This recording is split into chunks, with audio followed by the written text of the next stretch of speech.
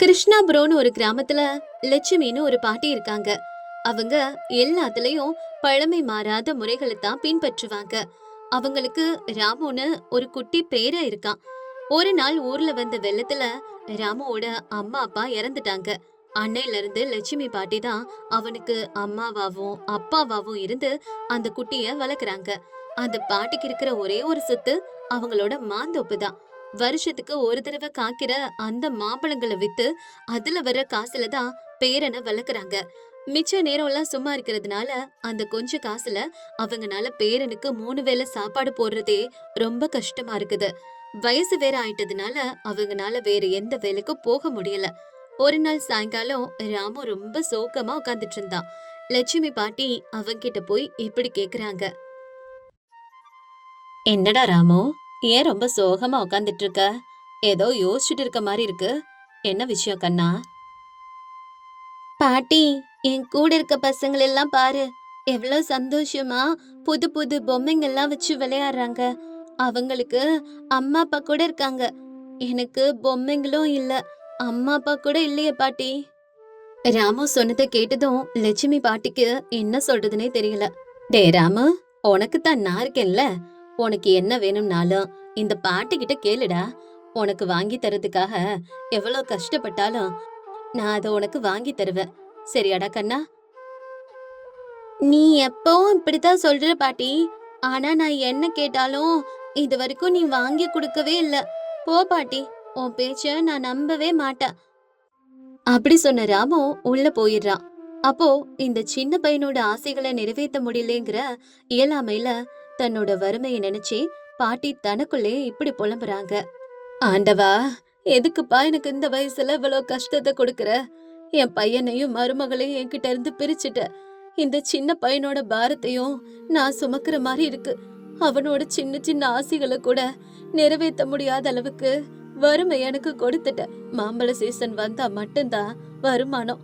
மத்த நேரத்துல ஒரு வேலைக்கு போக முடியாத கையால் ஆகாத நிலைமையில நான் இருக்கனே. இந்த தடவையாவது விளைச்சல் நல்லா கிடைக்கிற மாதிரி பண்ணுப்பா. அப்படி கண்ணீரோட வேண்டிக்கிறாங்க. அவங்க வேண்டினதுபடியே அந்த தடவை விளைச்சல் ரொம்ப அமோகமா இருந்துச்சு. நிறைய மாம்பழங்கள் காய்ச்சது. அதை விக்கிறதுக்காக எடுத்துட்டு போறாங்க. அவங்க கொண்டு வந்த மாம்பழங்கள் ரொம்ப ருசியா இருந்ததுனால எல்லாரும் போட்டி போட்டுட்டு வாங்குறாங்க. அப்ப அங்க மாம்பழங்கள் வாங்க வர ஒருத்தர் இப்படி கேக்குறாரு. அப்புறம் பாட்டி, உன் மாம்பழத்துல மட்டும் அப்படி என்னதான் இருக்கு? என்ன ருசி இது? வேற எங்கேயும் இந்த மாதிரி சுவையா நான் சாப்பிட்டதே இல்ல. எங்க வீட்டுல இருக்கிறவங்க நான் வாங்கிட்டு போனா ஒரே நாள்ல எல்லா பழத்தையும் காலி பண்ணிடுறாங்க. எனக்கும் இந்த சுவை அவ்வளவு பிடிச்சிருக்கு பாட்டி.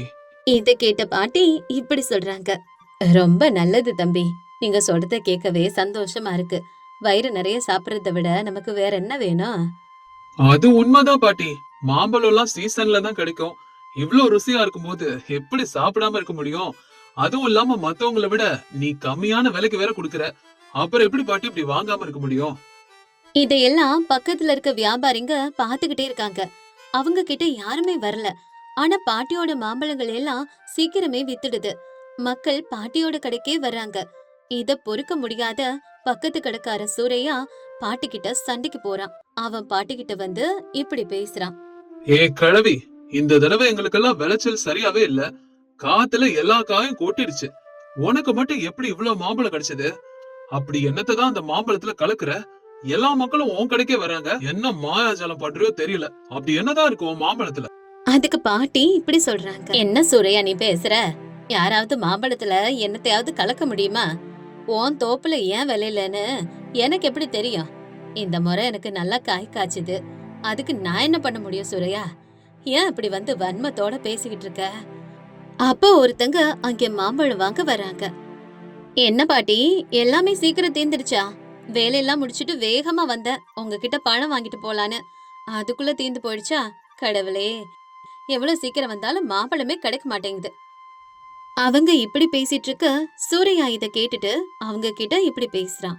ஏமா, உனக்கு பக்கத்துல இருக்க கடை எல்லாம் கண்ணுக்கு தெரியலையா? நாங்க வச்சிருக்கிறதும் மாம்பழம் தானே. இங்க தீந்துருச்சுன்னா அங்க வாங்க வேண்டியதானே. இல்லாத கடையில வந்து கேட்டுட்டு இருக்கீங்க. யோ, அத கேட்க நீ யாரியா? எனக்கு பிடிச்ச இடத்துலதான் நான் மாம்பழம் வாங்குவேன். இந்த கடையில இருக்க மாதிரி எங்கேயாவது மாம்பழம் அவ்வளவு ருசியா இருக்குதா? அதனாலதான் இந்த கடையில எல்லாரும் வாங்குறாங்க. உனக்கு ஏன் நான் பதில் சொல்லணும்? என் புருஷனே என் முன்னாடி தைரியமா நின்னு பேச மாட்டான். நீ என்னன்னா வந்து என்ன மிரட்டுற? நீ சொன்னா நான் உன் கடையில வந்து வாங்கணுமா? இத பார்த்த லட்சுமி பாட்டி, என்ன சூறையா அது? வர்றவங்க கிட்ட இப்படி எல்லாம் பேசினா என் வியாபாரம் கெட்டு போகாதா? உன் வியாபாரத்துல வந்து நான் என்னைக்காவது தலையிடுறேனா? ஏ கிழவி, ரொம்ப பேசாத. நான் பட்ட கஷ்டம் உனக்கு வந்திருந்தா உனக்கு புரிஞ்சிருக்கும். இந்த விஷயத்த நான் லேசுல விட போறதில்ல. ஊர் பெரியவங்க முன்னாடி போய் உன் விஷயத்த சொல்றேன். அப்படி சொன்ன சூரையா வியாபாரிகளை எல்லாம் சேர்த்துக்கிட்டு ஊர் பெரியவர்கிட்ட போய் முறையிடுறான். லக்ஷ்மி பாட்டிய பஞ்சாயத்துக்கு கூப்பிடுறாங்க. அப்ப அங்கே ஊர் பெரியவர் இப்படி கேக்குறாரு. என்ன லட்சுமம்மா, இவங்க சொல்றதெல்லாம் உண்மையா? வியாபாரம் நடக்காம தடுக்கறியாமே, அது என்னமா பிரச்சனை? தலைவரே, நீங்கள் இப்படி கேட்கலாமா? நான் என்ன போய் சொல்லி இவங்க வியாபாரத்தை கெடுக்கவா செய்றேன்? நான் என் வேலைய பாத்துக்கிட்டு இருக்கேன். ஆனா இவங்க தான் என் மேல தேவையில்லாம பழி போடுறாங்க. அத முதல்ல என்னன்னு கேளுங்க தலைவரே. அப்ப அங்க இருக்க வியாபாரிகள், தலைவரே, இந்த வருஷம் எங்க யாருக்குமே விளைச்சலே இல்ல. ஆனா இவங்களுக்கு மட்டும் எப்படி விளையுது? கேளுங்க தலைவரே. இந்த கிழவி என்ன மாயாஜாலம் பண்றான்னு கேளுங்க தலைவரே. இவனாலதான் எங்க வியாபாரம் எல்லாமே கெட்டு போகுது. இப்படி வியாபாரிகள் பேசுறத கேக்குற ஊர் தலைவர் இந்த மாதிரி கேக்குறாரு. சொல்லுமா லட்சுமம்மா, இந்த வியாபாரிகள்லாம் கேக்குறாங்கல்ல, அவங்களுக்கு நீ இப்போ பதில் சொல்லு. அது எப்படி மத்த யாருக்கும் இல்லாத விளைச்சல் உன் தோட்டத்துல மட்டும் வருது? நீ என்ன மாயாஜாலம் பண்ற? சொல்லுமா. எல்லாரும் கேக்குறாங்கல்ல, வாயை திறந்து சொல்லு. அப்பதான் என்ன நடக்குதுன்னு தெரியும். ஐயா, இது என்ன வீண் பழி?